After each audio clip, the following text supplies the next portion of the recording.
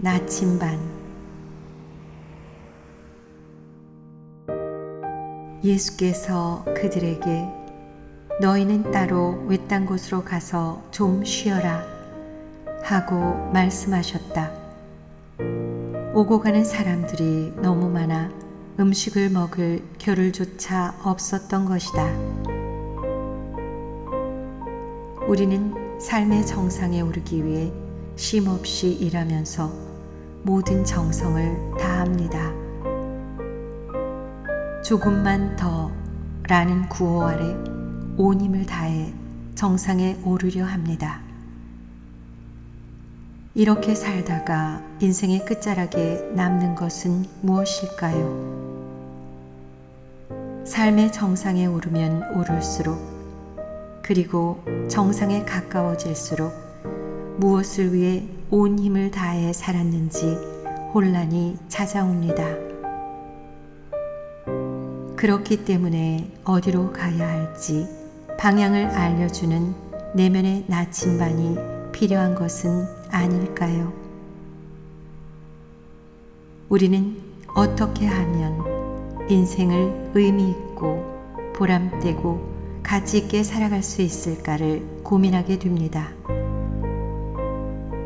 우리는 산을 오르는 정복자가 아니라 평지를 걸어가며 내면으로 여행을 떠나는 여행자로서 숱한 갈림길을 만나게 됩니다. 그 갈림길에서 우리가 어디로 갈지를 식별하고 선택해야 할 때 내면의 나침반이 필요합니다. 이 과정에서 인생을 의미 있고 보람되고 가치 있게 하는 결정을 하기 위해서는, 내면의 목적지를 잘 찾아가기 위해서는 내면의 나침반이 필수적이라 할 수 있습니다.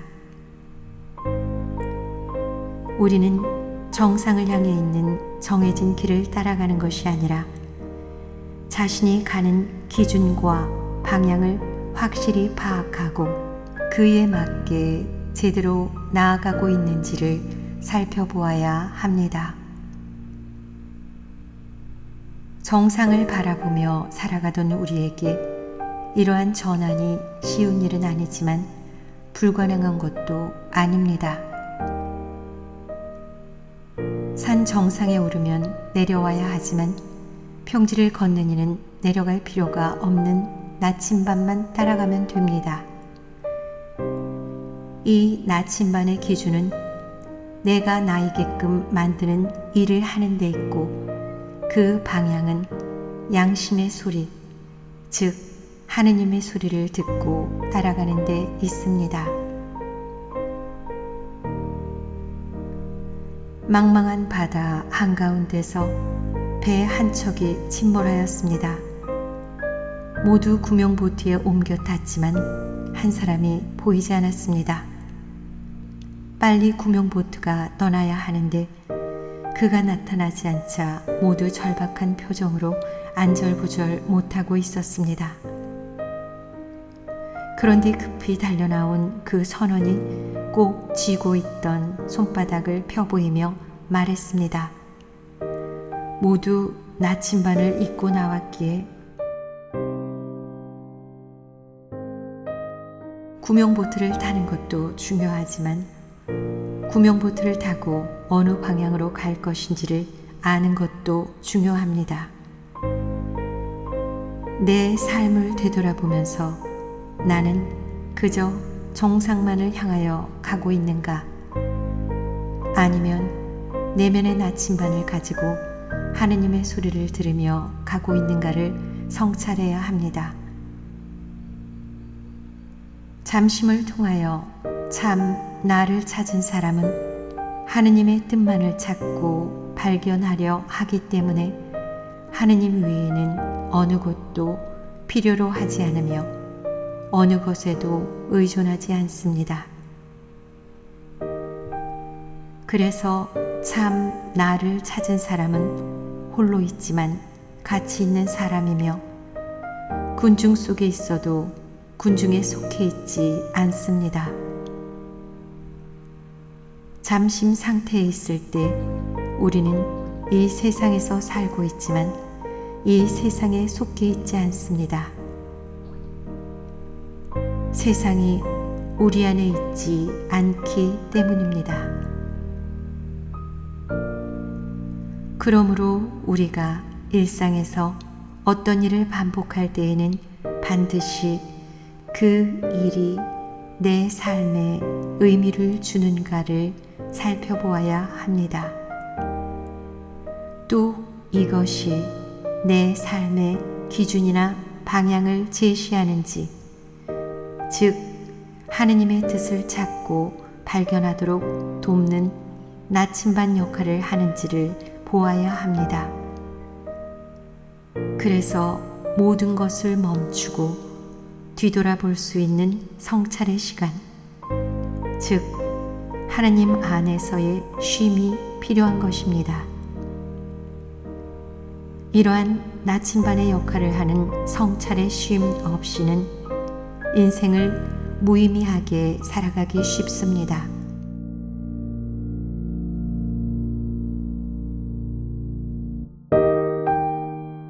쉼의 예술인 성찰. 가끔 지인들을 만나면 많이 바쁘시죠? 라는 질문을 듣습니다. 그다지 바쁘지 않은 필자로서는 이 말을 들을 때마다 멈칫하게 됩니다. 사람들은 바빠야 좋은 것으로 생각하는 것 같은데 필자는 바쁜 것을 좋아하지 않기 때문에 바쁘다는 표현을 거의 쓰지 않는 편입니다. 사람들이 바쁘시죠? 라고 할 때 그들이 진짜 그렇게 느끼는 것인지 예의상 묻는 것인지 잘 모를 때가 많습니다.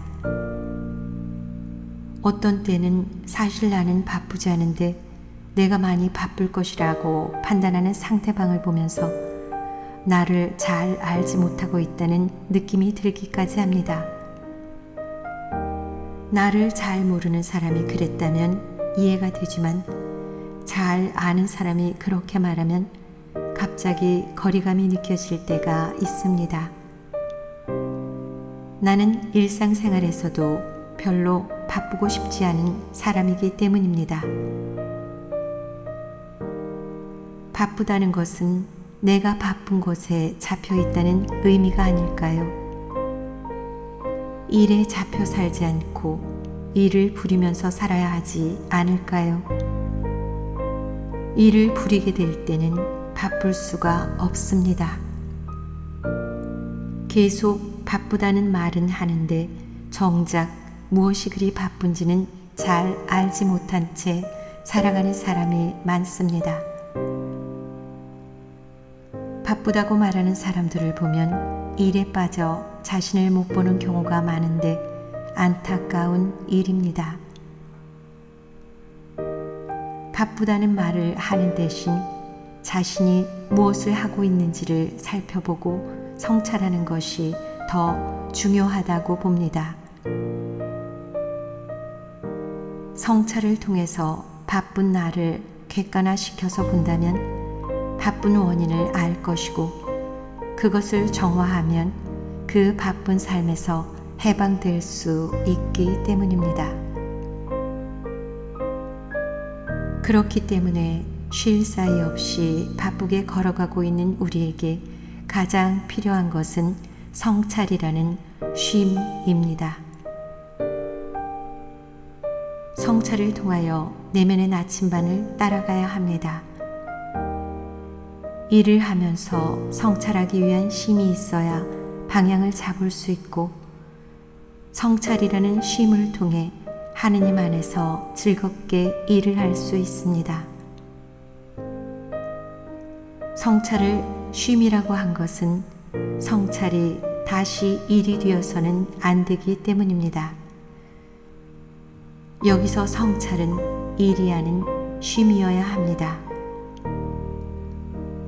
이렇게 일과 쉼이 조화와 균형을 이루어야 합니다. 그렇게 되면 쉼은 일의 일부이고 일은 쉼의 일부가 됩니다. 그래서 성찰이라는 쉼을 통하여 쉬면서 자신을 돌아보아야 합니다. 자신을 돌아보면서 자신은 지금까지 어떤 생각과 느낌을 가져왔고 현재 가지고 있으며 앞으로 가질 것인지를 성찰해야 합니다.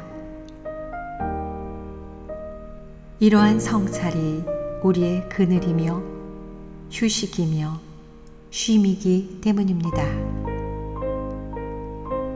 이렇게 된다면 쉼을 예술로 승화시킬 수 있습니다.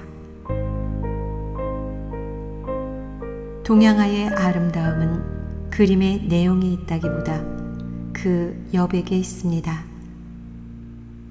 이 여백을 빈 충만이라고 합니다. 이 여백이 쉼이 된다면 예술이 아닐까요?